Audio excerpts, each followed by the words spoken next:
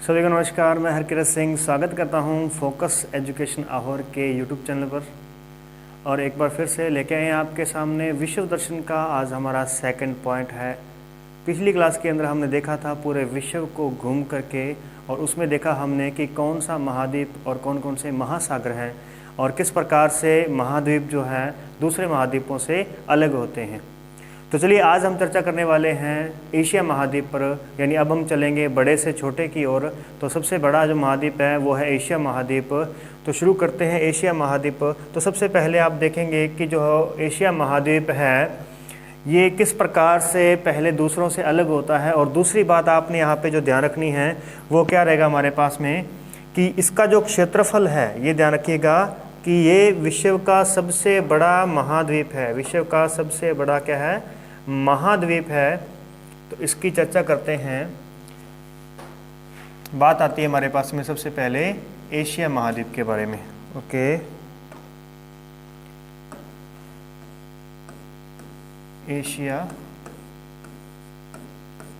महाद्वीप। चलिए, तो एशिया महाद्वीप में आप देखेंगे सबसे पहले क्षेत्रफल, क्योंकि वीडियो के एग्ज़ाम के अंदर पिछली बार जो क्वेश्चन आए थे उसके अंदर यही पूछा गया था कि महाद्वीपों के बड़े पर्वत चोटियों वगैरह और उनके स्थानों के बारे में पूछा गया था। तो अपन भी इसके अंदर कोशिश करते हैं कि अपने ज़्यादा कवर कर सकें, उससे भी ज़्यादा, है ना। तो अपन डेली का एक एक महाद्वीप जो है वो करने वाले हैं। तो इसलिए आप बने रहिएगा, वीडियो को एंड तक जरूर देखा करें और कमेंट सेक्शन में बताना मत भूलिएगा कि आपको ये वीडियो कैसी लगी है और आपको जो वीडियो है नेक्स्ट किस टॉपिक पर चाहिए। ओके, तो एशिया महाद्वीप जो है क्षेत्रफल की दृष्टि से सबसे बड़ा है। और क्षेत्रफल की बात करेंगे तो इसका क्षेत्रफल आता है 30% यहाँ पे, यानी पूरे विश्व का जो क्षेत्रफल है, यानी जो हमारा स्थल भाग है उसका क्षेत्रफल। और स्थल भाग का क्षेत्रफल मैंने पिछली वीडियो के अंदर आपको बता दिया है कि 14 करोड़ वर्ग किलोमीटर हमारे पास में जो स्थल भाग बनता है। 14 करोड़ वर्ग किलोमीटर जो क्षेत्रफल है, इसका 30% अपने को देखना है कि 14 तिया 42, यानी ये लगभग बनता है 4.3 करोड़ वर्ग किलोमीटर इसका क्षेत्रफल बनता है। 4.3 करोड़ वर्ग किलोमीटर इसका क्षेत्रफल बनेगा एशिया महाद्वीप का। दूसरी तरफ हम देखते हैं जनसंख्या के बारे में। तो जनसंख्या यहाँ विश्व की 60% जनसंख्या यहाँ पर निवास करती है। और जनसंख्या विश्व की जो है वो है लगभग 7.5 करोड़ जनसंख्या है, लगभग 7.5 अरब जनसंख्या है पूरे विश्व की। और इसका 60% जब आप निकालेंगे तो ये भी जाता है 4.4 अरब जनसंख्या। तो यानी पूरे विश्व की 4.4 अरब जनसंख्या एशिया महाद्वीप में निवास करती है, जो कि 60% बनता है। और क्षेत्रफल की बात करेंगे तो 4.3 करोड़ वर्ग किलोमीटर है, जो कि 30% क्षेत्रफल बनता है। तो ये तो थी बात इसकी बेसिक। अब हम देखते हैं कि ये महाद्वीप जो है दूसरे महाद्वीपों से किस प्रकार से अलग होता है। तो हमने देखा था कि जिस प्रकार से यहाँ पर हमने देखा कि ये अफ्रीका महाद्वीप है, यानी इसको जो टच करने वाले महाद्वीप हैं वो कौन कौन से हैं। तो वो हमारे पास में एक तो है अफ्रीका महाद्वीप यहाँ पे, और दूसरा है यहाँ इस तरफ यूरोप महाद्वीप। तो यहाँ आ गया यूरोप महाद्वीप। अब हमें अलग करना है, तो अलग देखिएगा जरा कैसे होगा। यहाँ पे तो है एक स्वेज नहर, यहाँ पे बना दी गई है स्वेज नहर। इसके बारे में हमने चर्चा की हुई है, तो ध्यान रखेंगे यहाँ पे क्या है स्वेज नहर। तो पहले हम भूमध्य सागर से कहाँ पर आते हैं, स्वेज नहर में आते हैं। स्वेज नहर से हम एंटर करेंगे किसमें, लाल सागर के अंदर एंटर करेंगे, लाल सागर के अंदर एंटर करेंगे। और लाल सागर के बाद में आती है बॉब अल मंदेव जल संधि, ये जल संधि आती है। और इस जल संधि के बाद में हम आ जाते हैं कहाँ पे, अरब सागर के अंदर आ जाते हैं, अरब सागर में आ जाते हैं। और अरब सागर जो है, अरब सागर और बंगाल की खाड़ी जो है, ये किसका हिस्सा है, ये हिंद महासागर का हिस्सा है। चलिए, तो ये आ गया हमारे पास में यहाँ पे बंगाल की खाड़ी। तो बंगाल की खाड़ी, तो इस प्रकार से ये जो है हिस्सा किसका आ गया, हिंद महासागर का। अब आप जान गए हैं कि इसके दक्षिण के अंदर कौन सा महासागर रहेगा, तो यहाँ पर रहने वाला है हिंद महासागर। और इसके उत्तर के अंदर कौन सा महासागर रहेगा, तो यहाँ पर रहेगा आर्कटिक महासागर, आर्कटिक महासागर। ओके, चलिए ये हो गया हमारे पास में। पूर्व की तरफ अगर बात करते हैं तो पूर्व में आ जाता है हमारे पास में प्रशांत महासागर, प्रशांत महासागर इसके पूर्व की तरफ है। तो पूर्व में प्रशांत हुआ, उत्तर में आर्कटिक, दक्षिण में हिंद। तो पश्चिम में क्या है, तो पश्चिम में मिलेगा यूरोप और अफ्रीका महाद्वीप मिलेंगे, यूरोप और अफ्रीका महाद्वीप मिलेंगे। तो चर्चा करते हैं इस पर, देखते हैं यहाँ पे। तो यहाँ ध्यान दीजिएगा कि जो हमारे पास में यूरोप है, तो ये यहाँ से अलग होता है, इस पोजीशन से यहाँ से अलग होगा। किससे अलग होगा, यहाँ पर आएगी हमारे पास में यूराल पर्वत, यहाँ पे आ गया यूराल पर्वत। इस यूराल पर्वत के कारण ये एशिया और यूरोप अलग होते हैं। अगर हम इसे अलग ना करें तो हम इसे कहेंगे संयुक्त रूप से यूरेशिया कहेंगे, यूरेशिया, जिसका मतलब है यूरोप प्लस एशिया। तो ये यूरेशिया एक ही स्थलखंड है, लेकिन फिर भी हमें इसको दो महाद्वीपों के रूप में पढ़ना है। तो इसका मतलब कोई ना कोई हमें यहाँ पे इसकी बाउंड्री डिसाइड करनी होगी। तो यहाँ पे आ जाएगा यूराल पर्वत। उसके बाद देखेंगे तो यहाँ पर आपको यूराल नदी मिल जाएगी, यहाँ पे मिल जाएगी यूराल नदी मिल जाएगी। और नदी के बाद में हम बात करते हैं तो यहाँ पर आती है विश्व की सबसे बड़ी झील, विश्व की सबसे बड़ी झील, नोट कीजिएगा इस बात को, विश्व की सबसे बड़ी जो झील है उसका नाम है कैस्पियन सागर है। ये आती है एशिया में, लेकिन मैं यहाँ पे लिख रहा हूँ कैस्पियन सागर जो झील है, कैस्पियन सागर विश्व की सबसे बड़ी झील कहलाएगी। और अगर कहेगा खारे पानी की सबसे बड़ी झील कौन सी है, तो भी कैस्पियन सागर का ही नाम आएगा। ओके, इस कैस्पियन सागर के बाद में चलते हैं तो यहाँ हमें मिलेगा, यहाँ पर है एक पर्वतमाला जिसका नाम है कॉकेशस या काकेशस पर्वतमाला जिसको कहते हैं। तो यहाँ पर मैं लिख देता हूँ काकेशस पर्वतमाला, काकेशस। तो ये हमारे पास में काकेशस पर्वतमाला हो जाएगी। उसके बाद में आप देखेंगे तो यहाँ पर फिर से हम देखते हैं तो यहाँ आ गया हमारे पास में काला सागर। ये पोजीशन जो है यहाँ आ चुकी है काला सागर की। तो पहले पर्वत आएगा, फिर से क्या आ जाएगा, सागर, उसके बाद में फिर से पर्वत और फिर से कौन आ गया, सागर आ गया। तो ये हो गया काला सागर। ठीक है, ब्लैक सी। तो देखिए यूराल पर्वत, यूराल नदी, कैस्पियन सागर, कॉकेशस पर्वत, काला सागर। और इसके बाद में यहाँ एक छोटा सा पॉइंट और बनता है जिसका नाम आता है मारमरा सागर। जिसका नाम क्या बनेगा, मारमरा सागर बनेगा। इसे हम यहाँ पे लिख लेते हैं कुछ इस प्रकार से। तो ये हो गया मारमरा सागर। तो ये जो मारमरा सागर है ये टर्की और तुर्की को अलग करता है, टर्की और तुर्की को अलग करता है। ध्यान रखिएगा, टर्की जो है ये किस में आ जाएगा, यूरोप में आ जाएगा, और तुर्की जो है ये किस में आ जाएगा, एशिया में आ जाएगा। और तुर्की की जो राजधानी है वो है इस्तांबुल, इस्तांबुल इसकी राजधानी कहलाएगी। ओके, तो इसके बाद में मारमरा सागर के बाद में आगे चलेंगे तो हमें मिलेगा भूमध्य सागर। आगे हम कहाँ पहुँच गए हैं, भूमध्य सागर में। और भूमध्य सागर से हम सुएज नहर से आए थे लाल सागर में, और लाल सागर से बॉब अल मंदेब जल संधि है जहां से हमने एशिया और सागर में एंट्री की थी। तो इस प्रकार से हमने इस महाद्वीप को दूसरे महाद्वीपों से अलग कर दिया। और इस तरफ भी हमने देख लिया। यहाँ पर अगर आप देखेंगे बेसिकली नीचे, तो यहाँ पर आप देख पाएंगे कि यहाँ पर एक द्वीप है जिसका नाम है पापुआ न्यू गिनी, जिसका नाम है पापुआ न्यू गिनी है। ये जो द्वीप है ये दो हिस्सों में बटा हुआ है। एक तरफ ये इंडोनेशिया के अंडर में आता है, इंडोनेशिया के क्षेत्र में आता है, इंडोनेशिया में आता है। और दूसरी तरफ ये आ जाता है ऑस्ट्रेलिया के अंदर आता है, यानी जिसका देश का नाम है पापुआ देश है यहाँ पे। तो वो ऑस्ट्रेलिया महाद्वीप के अंदर में आ जाता है। तो इसका मतलब ये जो द्वीप है पापुआ न्यू गिनी द्वीप है, ये दो महाद्वीपों में बटा हुआ है, एक तरफ एशिया में, दूसरी तरफ ऑस्ट्रेलिया में। तो एशिया का कौन सा पार्ट है यहाँ पे, तो वो मिलेगा आपको इंडोनेशिया। इंडोनेशिया जो है ना, ये सारे के सारे द्वीप समूह हैं, ये सभी के सभी क्या कहलाते हैं, द्वीप समूह कहलाते हैं। ये सभी द्वीप समूह हैं यहाँ पे। तो इन द्वीप समूहों को ध्यान रखेंगे, इसे कहते हैं ईस्ट इंडीज, इसे कहते हैं ईस्ट इंडीज। जैसे वेस्ट इंडीज होता है, जैसे वेस्ट इंडीज जो है, तो वेस्ट इंडीज आप देखेंगे कि उत्तरी अमेरिका और दक्षिण अमेरिका के बीच में हमें पश्चिमी द्वीप समूह के रूप में मिलेंगे वेस्ट इंडीज। उसी तरीके से इन्हें कहते हैं पूर्वी द्वीप समूह, जिसके अंदर आ जाते हैं इंडोनेशिया, मलेशिया, फिलीपींस, ये सभी हमारे पास में द्वीप समूह आ जाते हैं। तो ये हुआ ईस्ट इंडीज। ठीक है, चलिए इसके बाद में आगे बढ़ते हैं। अब देखेंगे आप कि यहाँ पर एशिया महाद्वीप के अंदर हमें तीन बड़े प्रायद्वीप मिलेंगे, तीन बड़े प्रायद्वीप। देखिए जरा, सबसे पहली बात कि एक होता है महाद्वीप, एक होता है महाद्वीप।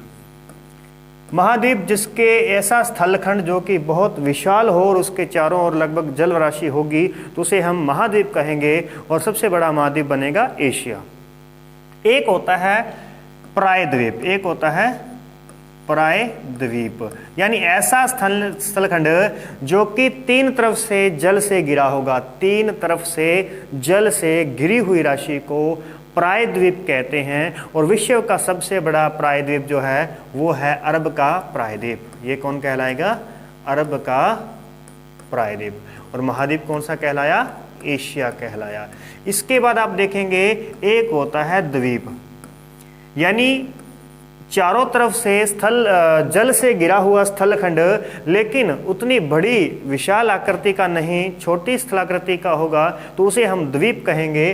तो वो कहलाएगा कौन? ग्रीनलैंड। यानी विश्व का सबसे बड़ा जो द्वीप है वो कौन है? ग्रीनलैंड है। और इसके बाद में आता है द्वीप समूह, इसके बाद में आता है द्वीप समूह, आता है द्वीप समूह। अब द्वीप समूह को ध्यान रखेंगे कि यानी कि काफ़ी स्थलखंडों में बटा हुआ, यानी अलग अलग द्वीपों का एक समूह हो गया।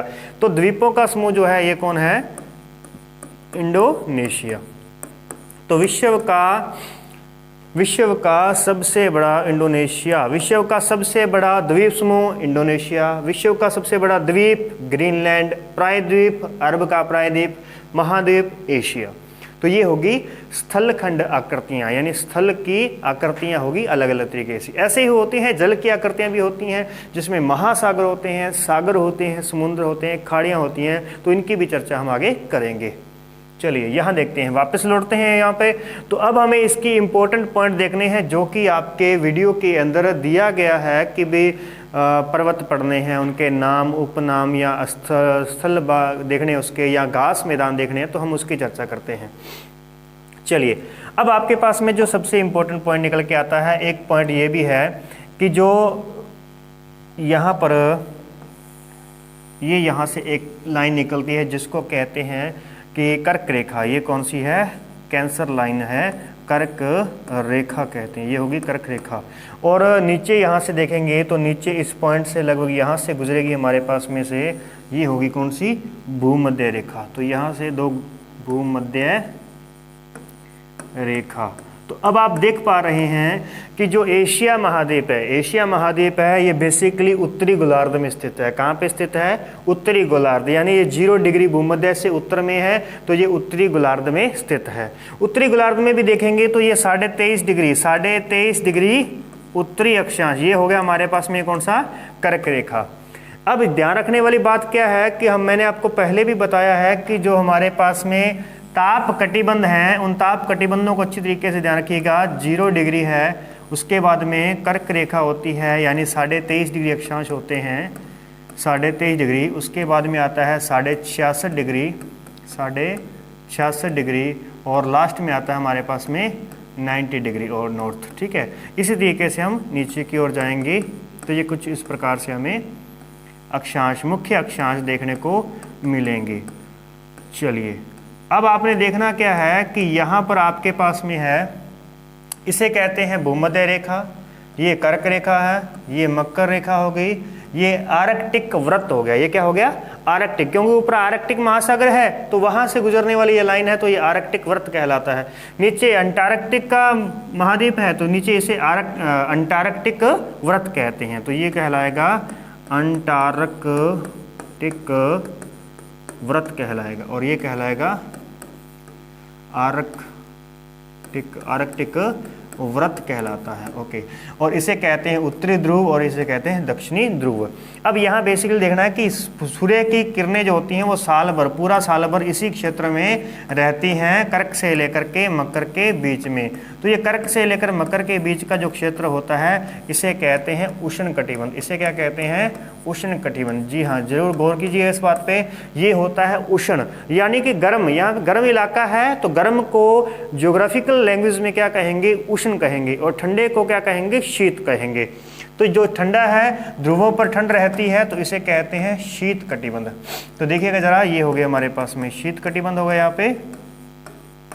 शीत कटिबंध। तो देखा आपने, एक हमारे पास में उष्ण कटिबंध है, एक शीत, दो हमारे पास में शीत कटिबंध है, टोटल 5 ताप कटिबंध होते हैं, 5 होते हैं। अब कौन कौन से रह गए, ये आ गया बीच वाला, मिड पॉइंट हमारे पास में रह गया ये वाला।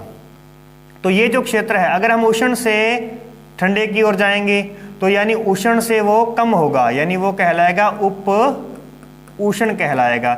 और अगर हम ठंडे से यानी शीत से नीचे की ओर आएंगे, ये ऊपर शीत है तो शीत से अगर नीचे की ओर आएंगे तो यानी शीत के साथ साथ क्या आने लग गया, अब इसमें उष्ण भी आने लग गया, यानी थोड़ी थोड़ी गर्मी हमें महसूस होने लगी। तो इस क्षेत्र को, जो ये क्षेत्र है, इस क्षेत्र को क्या कहते हैं, तो मैं यहाँ पर इसको लिख देता हूँ, इसे कहते हैं उपोष्ण या शीतोष्ण कटिबंध। ठीक है, ध्यान रखिएगा, बेसिकली दोनों नाम एक ही पॉइंट के लिए आते हैं, 23.5 से 66.5 के बीच के भाग के लिए उपोष्ण या शीतोष्ण कटिबंध कहलाते हैं। अब जहां पर भी ये उपोष्ण या शीतोष्ण कटिबंध मिलेंगे वहां पर आप शीतोष्ण कटिबंधीय घास के मैदान मिलेंगे, घास के मैदान मिलेंगे।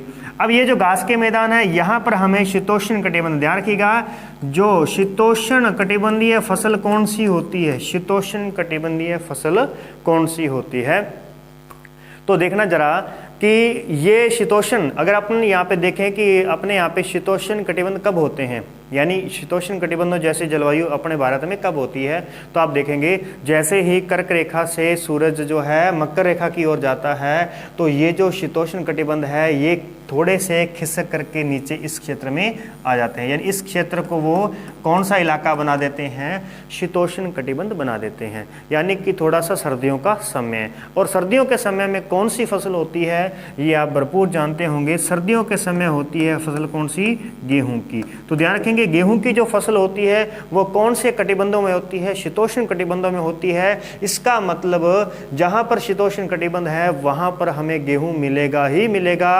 तो ध्यान रखने वाली बात क्या है कि पहली अपन पॉइंट देखेंगे, प्रत्येक महाद्वीप के अंदर आपको शीतोष्ण कटिबंधीय घास के मैदान याद करने हैं। शीतोष्ण कटिबंधीय घास के मैदान मैं आपको बताऊंगा भी, लेकिन आप ध्यान रखेंगे उसके बारे में।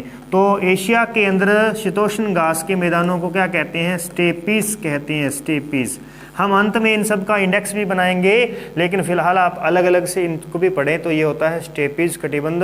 स्टेपीज जो है घास के मैदान कहलाते हैं, कहाँ पर कहलाएंगे, एशिया के अंदर कहलाएंगे, एशिया के अंदर, क्योंकि एशिया जो है ये देखो कर्क रेखा है, ये 23.5 है, यहाँ 66.5, उसके बाद में क्या आ जाएगा अपने पास में, नॉर्थ उत्तरी ध्रुव आ जाएगा। तो इस क्षेत्र में यानी कजाकिस्तान, मेनली कौन सा एरिया आ जाएगा, कजाकिस्तान का जो एरिया है ये कहलाएगा शीतोष्ण कटिबंधीय घास के मैदानों वाला क्षेत्र कहलाएगा। ओके, चर्चा करते हैं पर्वतों के बारे में। तो देखिए जरा, यहाँ पर हमें मिलेगी एशिया की सबसे ऊंची, विश्व की सबसे ऊंची पर्वतमाला, विश्व की सबसे ऊंची पर्वतमाला जिसका नाम है हिमालय। पहला पॉइंट आपके पास में आ गया, हिमालय। विश्व की सबसे ऊंची पर्वतमाला कौन सी है, हिमालय पर्वतमाला है। इसकी जो ऊंचाई है वो औसत ऊंचाई 6000 मीटर इसकी औसत ऊंचाई है, 6000 मीटर इसकी औसत ऊंचाई है। यही पर्वतमाला विश्व की सबसे नवीन पर्वतमाला है, विश्व की सबसे नवीन पर्वतमाला है, युवा पर्वतमाला है। और फिर देखेंगे आप कि यहाँ पर इस एशिया के इस यहाँ भारत में ही नीचे आप देखेंगे तो यहाँ आपको मिलेगी अरावली पर्वतमाला। यहाँ पे क्या मिलेगी, अरावली पर्वतमाला मिलेगी, जो कि विश्व की सबसे प्राचीन पर्वतमाला है। तो अरावली मिली सबसे प्राचीन पर्वतमाला, हिमालय मिली विश्व की सबसे नवीन पर्वतमाला हो गई। इस एशिया के, जब ये एशिया है, क्योंकि ये जो अपने पास में हिमालय पर्वतमाला बनी है, तो आप देखेंगे कि ये बनती है गोंडवाना लैंड और अंगारा लैंड के टकराने से। तो ये जो एशिया है ये गोंडवाना लैंड का अंगारा लैंड का हिस्सा था, और ये जो इंडिया है, भारत है, ये गोंडवाना लैंड का हिस्सा था। और इन दोनों के टकराने से बीच में जो ये हिमालय पर्वतमाला बनी है। तो कभी किसी क्लास के अंदर हम इस चीज़ को अच्छे से समझेंगे। वैसे भी मैंने आप पर्सनल अगर YouTube चैनल पर जाकर के देखें तो वहाँ पर भी आपको इसका पूरा वीडियो मिल जाएगा। मैं आपको डिस्क्रिप्शन के अंदर इसका लिंक दे दूँगा। चलिए वापस आते हैं। जब ये टकराया तो टकराने के बाद इसके आगे का जो पोर्शन है वो काफ़ी ऊंचा उठ गया, काफ़ी ऊंचा उठ गया। तो वहाँ पर बन गया तिब्बत का पठार। यहाँ पर क्या बन जाता है, तिब्बत का पठार बन जाता है। ये जो तिब्बत का पठार है ये विश्व का सबसे बड़ा पठार है, विश्व का सबसे बड़ा पठार है। 2 लाख वर्ग किलोमीटर इसका क्षेत्रफल है। आपको आंकड़े याद करने की जरूरत नहीं है, सिर्फ यही चीज़ें फैक्ट इसके याद करने हैं, क्योंकि अपने से नॉर्मल फैक्ट ही पूछे जाने वाले हैं। तो विश्व का सबसे बड़ा जो पठार है वो कौन सा कहलाएगा? तिब्बत का पठार। अगर बड़ा यहाँ पे है और यहीं पर आप देखोगे तो इसी क्षेत्र में आपको मिलेगा विश्व का सबसे ऊंचा पठार, यहीं पर मिलेगा विश्व का सबसे ऊंचा पठार, जिसका नाम है पामीर। पामीर का पठार, पामीर का पठार, ये विश्व का सबसे ऊंचा पठार है। विश्व का सबसे ऊंचा पठार है। तिब्बत की बात कर लेते हैं। तिब्बत का जो पठार है यहाँ से 2 नदियाँ निकलती हैं, 2 नदियाँ। एक तो कहलाती है एशिया महाद्वीप की सबसे लंबी नदी, जिसका नाम भी लंबा है, यांग टीसी कियांग। जिसका नाम क्या है? यांग टीसी कियांग। ध्यान रखिएगा, इसका नाम आता है यांग टीसी कियांग। एशिया महाद्वीप की सबसे लंबी नदी है, 5797 किलोमीटर इसकी लेंथ है। लेकिन फिर से कह दूं आपको, इसकी लंबाइयाँ चौड़ाइयाँ याद करने की आपको ज़रूरत नहीं है। सिर्फ इतने फैक्ट याद कीजिए कि इस महाद्वीप की सबसे लंबी नदी कौन सी है, इस महाद्वीप की सबसे ऊंची पर्वतमाला कौन सी है, ये चीज़ें याद करनी है। इसी यांगटीसी कियांग नदी के पास में ही एक नदी और है जिसका नाम है हवांग हो। हवांग हो नदी है जिसका नाम हवांग हो नदी है। और हवांग हो नदी देखिएगा जरा, इसके ऊपर है हवांग हो नदी यहाँ पर। और हवांग हो नदी, हवांग हो, ये हवांग हो नदी जो है ये यहाँ पर पीले रेत के मैदान से होकर के गुजरती है। पीली मिट्टी का यहाँ पर मैदान है जहाँ से ये गुजरती है, तो इसलिए इसको पीली नदी कहा जाता है। तो विश्व के अंदर पीली नदी के नाम से अगर पूछा जाए किसे जाना जाता है तो वो हवांग हो नदी कहलाएगी, जिसे चीन का शोक भी कहते हैं। चीन का शोक भी कहलाती है ये नदी, क्योंकि चीन के अंदर सबसे अधिक बाढ़ लेकर के आती है, तो इसे कह देंगे अपन चीन का शोक कहेंगे, चीन का शोक कहा जाएगा। तो हवांग हो नदी को चीन का शोक कहते हैं। ये पीले मैदानों से होकर के गुजरती है, तो इसका मतलब मिट्टी का अपरदन करके वो इस क्षेत्र में ला करके डालेगी, तो इस क्षेत्र को पीला सागर कहते हैं। ये कहलाता है पीला सागर। और पीला सागर को ही पूर्वी चीन सागर कहते हैं, पूर्वी चीन सागर। तो ये है पूर्वी चीन सागर। ये पूर्वी चीन सागर है, तो पूर्वी चीन सागर के नीचे आता है दक्षिण चीन सागर। ये आता है दक्षिण चीन सागर, दक्षिण चीन सागर। इस दक्षिण चीन सागर का बहुत बड़ा मैटर जो है वर्तमान में वैसे भी सुर्खियों में रहता है। यहाँ पर जो है चीन ने अपना मैप जारी किया है और कहा है कि यहाँ पर 9 डैश लाइन वो शो करता है। यहाँ पर 9 डैश लाइन जो है वो शो करता है, कहता है कि ये जो 9 डैश लाइन जो है, अगर आप सर्च करेंगे 9 डैश लाइन के बारे में तो आपको दिखाएगा दक्षिण चीन सागर के अंदर। वो कहता है कि इतना पार्ट जो है ये मेरा है, यहाँ पर जो भी कुछ मिलेगा वो मेरे अंडर में होगा। तो इस प्रकार से ये बहस है, और ये बहस जो है काफ़ी सुर्खियों में रहती है, तो इन चीज़ों के बारे में आप ध्यान रखेंगे। चलिए वापस चलते हैं। यांगटीसी कियांग नदी के किनारे पर है, यांगटीसी कियांग नदी के किनारे पर है शंघाई। शंघाई जो है, शंघाई ये चीन का सबसे बड़ा नगर है। चीन का सबसे बड़ा जो नगर है वो शंघाई है। शंघाई को ही चीन का मैनचेस्टर कहते हैं। शंघाई को ही क्या कहते हैं? चीन का मैनचेस्टर कहेंगे। और शंघाई विश्व के अंदर सर्वाधिक जनसंख्या वाला नगर है, विश्व में सर्वाधिक जनसंख्या, तो जनसंख्या वाला नगर कहलाएगा।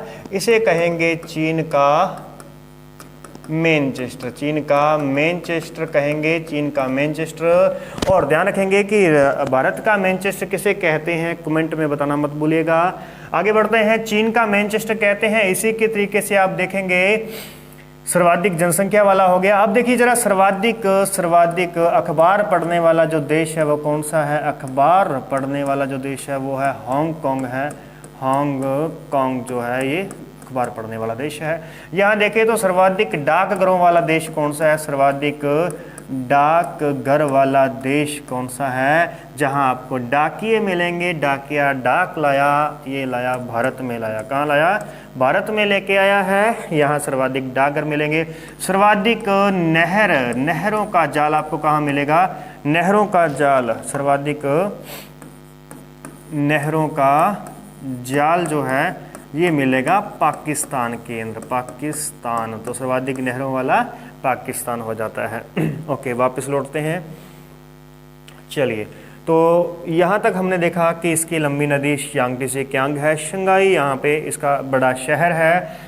उसके बाद देखते हैं पामीर की बात हम कर रहे थे, तो पामीर का पठार विश्व का सबसे ऊंचा पठार है, जिसे विश्व की छत कहते हैं। विश्व की छत कहा जाता है पामीर के पठार को। और इसी छत के ऊपर है एक यहाँ पे जल स्रोत है इस छत के अंदर, जहाँ जिसका नाम है पेगोंग झील, जिसका नाम है पेगोंग झील जो है, पेगोंग झील। ये पेगोंग झील जो है ये विश्व की सबसे ऊंची झील कहलाएगी।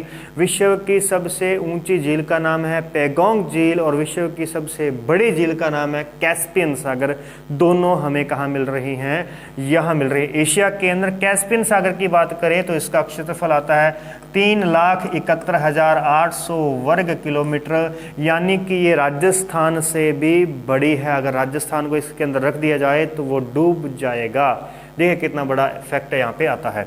ओके, आगे बढ़ते हैं। तो पेगोंग झील जो है विश्व की सबसे ऊंची झील कहलाएगी, ऊंची झील कहलाएगी। और यहीं पर हम देखेंगे, यहीं पर देखेंगे रूस और मंगोलिया देश की सीमा पर देखेंगे तो यहाँ हमें मिलेगी बैकॉल झील। बैकॉल, ये बैकॉल झील जो है ये विश्व की सबसे गहरी झील है। 1741 मीटर इसकी गहराई है। विश्व की सबसे गहरी झील जो है वो कौन सी है? बैकॉल झील है, बैकॉल झील।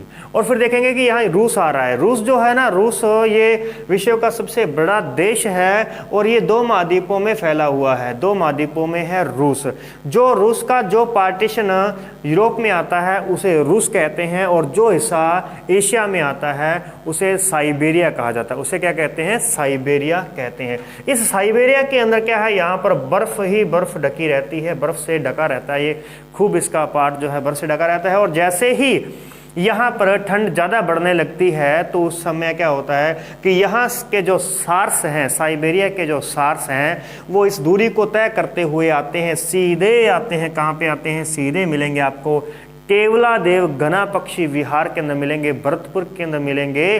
तो भरतपुर में आते हैं साइबेरियन सार्स, और भरतपुर का जो शुभंकर रखा गया है वो भी कौन है? सार्स को शुभंकर रखा गया है। चलिए वापस आते हैं।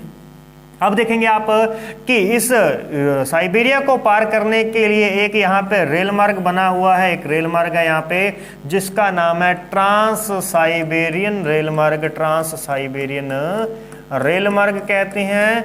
ये जो रेल मार्ग है ये विश्व का सबसे लंबा रेल मार्ग है। 9400 किलोमीटर इसकी लेंथ है। विश्व का सबसे लंबा रेल मार्ग कौन सा है? ट्रांस साइबेरियन रेल मार्ग है। ट्रांस साइबेरियन रेल मार्ग है। और यहीं पर आप देखेंगे रेल मार्ग है, और इसी क्षेत्र में आप देखेंगे यहाँ पर आपको मिलेगा विश्व का सबसे ठंडा स्थान मिलेगा। विश्व का सबसे ठंडा स्थान है, -69 डिग्री यहाँ का टेम्परेचर है। ये है बरखोयानसक। बरखोयानसक जो है विश्व का सबसे ठंडा स्थान है, सबसे ठंडा स्थान है। और इसे कहते हैं पृथ्वी का शीत ध्रुव कहा जाता है। पृथ्वी का शीत ध्रुव इसे कहते हैं। और ये जो विश्व का पृथ्वी का शीत ध्रुव है बरखोयानसक है। ऐसे ही ध्यान रखेंगे कि राजस्थान का बरखोयानसक किसे कहते हैं। जी हाँ, सुनिएगा दोबारा से, राजस्थान का बरखोयानसक किसे कहा जाता है? तो आप याद करें, राजस्थान का सबसे ठंडा स्थान माउंट आबू को कहते हैं। ओके, चलिए इसके बाद में आगे बढ़ते हैं। तो यहाँ आपने देखा सबसे लंबी नदी आपके पास में आ चुकी है, यहाँ की सबसे बड़ी झील, पर्वत, ये सब आ चुका है। अब रहता है कुछ मोटे मोटे फैक्ट हमारे पास में रह गए हैं, देखते हैं उनके बारे में। चलिए देश आपके सामने ला दिए गए हैं, यहाँ पर देखते हैं। सबसे पहली बात देखेंगे यहाँ पे कि जो हमारे पास में एक होता है लैंड लॉक कंट्रीज होती है। Land lock countries, land lock का मतलब होता है स्थल रुद्ध या स्थलबद्ध कहते हैं, जिसे स्थलबद्ध देश कहा जाता है। तो स्थलबद्ध देश जो है वो कौन सा है? तो विश्व का सबसे बड़ा स्थलबद्ध देश जो है वो हमें मिलेगा कजाकिस्तान। कौन सा मिलेगा?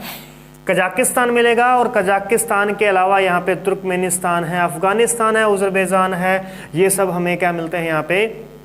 विश्व के सबसे यानी विश्व के स्थल रुद्ध देश कहलाते हैं। लेकिन सबसे बड़ा जो स्थल रुद्ध देश है वो कजाकिस्तान है और दूसरा जो है वो है मंगोलिया। दूसरा विश्व का सबसे बड़ा जो स्थल रुद्ध यानी कि लैंडलॉक जो देश रहेगा वो कह रहेगा मंगोलिया। मंगोलिया दूसरी लैंडलॉक कंट्री है और मंगोलिया में ही ध्यान रखेंगे 2 कुबड़ वाले ऊंट पाए जाते हैं मंगोलिया में। जी हाँ, 2 कुबड़ वाले ऊंट जो आपको कहाँ मिलेंगे, मंगोलिया में मिलेंगे। मंगोलिया में ऊंट मिल रहे हैं, इसका मतलब यहाँ पे मरुस्थल भी होगा। तो यहाँ पे मरुस्थल कौन सा है, गोबी मरुस्थल है। गोबी मरुस्थल विश्व का सबसे ठंडा मरुस्थल कहलाता है। विश्व का सबसे ठंडा मरुस्थल जो है ये है गोबी मरुस्थल, जो कि मंगोलिया में है। यहाँ 2 कुबड़ वाले ऊंट पाए जाते हैं। इसका लैंडलॉक कंट्रीज में दूसरा स्थान आता है। और ध्यान रखेंगे इसका जो जनघनत्व है, इसका जो जनघनत्व है विश्व का सबसे कम जनघनत्व है। यहाँ का जनघनत्व सिर्फ 2 है, 2 जनघनत्व है। कहने का मतलब यहाँ पर 2 व्यक्ति प्रति वर्ग किलोमीटर में निवास करते हैं। यानी 1 वर्ग किलोमीटर में सिर्फ 2 ही लोग आपको मिलेंगे। जबकि सिंगापुर की बात करते हैं, सिंगापुर इतनी ज़बरदस्त कंट्री जिसके बारे में पूरा वर्ल्ड जानता है, हर बच्चा जानता है सिंगापुर जाने के लिए। क्यों? वहाँ का जो आप अगर देखेंगे वहाँ यानी कि ये जो बहुत ही छोटा देश है, सिंगापुर जो है बहुत ही छोटा देश है जो कि मलेशिया के पास में है। यहाँ पर आप देखेंगे इसका मिलेगा आपको 7861 व्यक्ति, कितने भी ध्यान रखिएगा 7,861 व्यक्ति प्रति वर्ग किलोमीटर में यहाँ पे मिलते हैं। यानी इतना इसका जो जनसंख्या घनत्व पाया जाता है। तो ये होगा विश्व में सर्वाधिक जनसंख्या घनत्व वाला देश जिसका नाम है सिंगापुर। यहाँ हो गया सिंगापुर। ओके, चलिए तो हमने मंगोलिया के बारे में देख लिया। मंगोलिया के बारे में 3 फैक्ट आपने देखे। अब चलते हैं, यहाँ देखेंगे आप लाओस।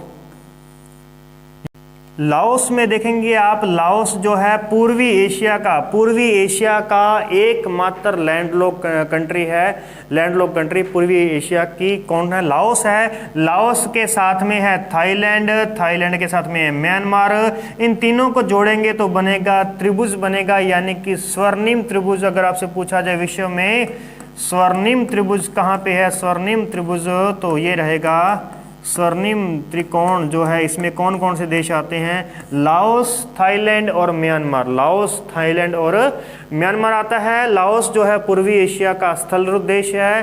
थाईलैंड की बात करें तो ये सफ़ेद हाथियों का देश कहलाता है। और म्यांमार जो है ये पेगोडों का देश कहलाता है। पेगोडो बौद्ध मंदिरों को यहाँ पे पेगोडा कहा जाता है और यहाँ 100 से अधिक बौद्ध मंदिर हैं, यानी काफ़ी संख्या अधिक में यहाँ पे बौद्ध मंदिर सबसे ज़्यादा ही मिलते हैं। तो इसे कहते हैं पेगोडों का देश। तो पेगोडों का देश किसे कहेंगे? म्यांमार को।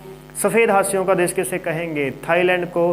पूर्वी एशिया का एकमात्र स्थल रुद्ध देश किसे कहेंगे? लाओस को। और तीनों को मिला देंगे तो बन जाएगा स्वर्णिम त्रिभुज बन जाएगा, त्रिकोण बन जाएगा। चलिए ये हो गया हमारे पास में। इसके बाद देखते हैं यहीं पर है वियतनाम। वियतनाम देश जो है यहीं पर स्थित मिलेगा ये आपको। ये वियतनाम यहाँ पे मिलता है जो कि दक्षिण चीन के साथ में टच करता है। ओके, चलिए जापान की बात करते हैं। जापान, जी हाँ, जापान जो है पूर्वी एशिया के अंदर आता है जो कि सूर्योदय का देश कहलाता है। सूर्योदय का देश किसे कहते हैं? सूर्योदय का देश कहते हैं जापान को कहते हैं। सबसे पहले सूर्योदय जापान में ही होता है क्योंकि यहीं पर आपको मिलेगी, इस क्षेत्र में आपको मिलेगी 180 डिग्री देशांतर। 180 डिग्री देशांतर आपको मिलेगा यहाँ पे। और ये जो 180 डिग्री देशांतर है इसे कहते हैं अंतरराष्ट्रीय तिथि रेखा कहा जाता है। अंतर्राष्ट्रीय तिथि रेखा किसे कहते हैं? 180 डिग्री देशांतर को कहते हैं। ओके, बाकी मैंने यहाँ पे आपको शो किया हुआ है। यांगटी से कियांग नदी है, हवांग नदी आ गई, चीन की राजधानी बीजिंग है। और जो हमारा ट्रांस साइबेरियन रेल मार्ग है ये सेंट पीटर्सबर्ग से लेकर के व्लादिवोस्टोक तक आता है। ओके, इसके साथ हमने ये देखना रह गया था हमारा कि जो अपने पास में प्रायद्वीप हैं, यानी कि इसके 3 बड़े प्रायद्वीप हैं। एक हमारे पास में अरब का प्रायद्वीप आता है, ये अरब का प्रायद्वीप कहलाता है जिसके 3 ओर पानी है। तो ध्यान रखेंगे, एक तरफ लाल सागर है, अरब सागर है, फारस की खाड़ी है। लाल सागर है, अरब सागर है और फारस की खाड़ी है। इस फारस की खाड़ी में जो नदियाँ जल गिराती हैं वो है दजला व फरात। दजला व फरात नदियाँ हैं। दजला नदी के किनारे है बगदाद, जो कि ईरान की राजधानी है, इराक की राजधानी कौन सी आ जाएगी? बगदाद। और ईरान की राजधानी कौन सी आ जाएगी? ताइवान आ जाएगी। ध्यान रखिएगा, ईरान ताइवान और इराक बगदाद, दो ध्यान रखने हैं आपको। तो ईरान से ही बनेगा ताइवान बनेगा। और यही देखेंगे कि दजला जो नदी है, दजला और फरात नदियों के बीच में आपको मिलेगी विश्व की पुरानी सभ्यता, जिसका नाम है मेसोपोटामिया की सभ्यता। मेसोपोटामिया की जो सभ्यता है ये कहाँ मिलती है? दजला फरात नदियों के किनारे मिलती है। और सिंधु घाटी की सभ्यता जो है ये कहाँ मिलेगी अपने को? सिंधु नदी के किनारे पर मिलेगी। ओके, नेक्स्ट लास्ट में जो हमारा पॉइंट रहा है उसे हम देख लेते हैं जल्दी से। वैसे यहाँ पे अपने पास में पॉइंट सारे कंप्लीट हो चुके हैं। तो इस महाद्वीप का सबसे छोटा देश जो कहलाएगा वो कहलाएगा मालदीव कहलाएगा। सबसे छोटा देश कौन सा रह जाएगा? मालदीव कहलाएगा। तो ठीक है, हमने काफ़ी पॉइंट इसके देख लिए हैं और आज की क्लास में इतना ही। मिलते हैं नेक्स्ट वीडियो में, तब तक के लिए धन्यवाद।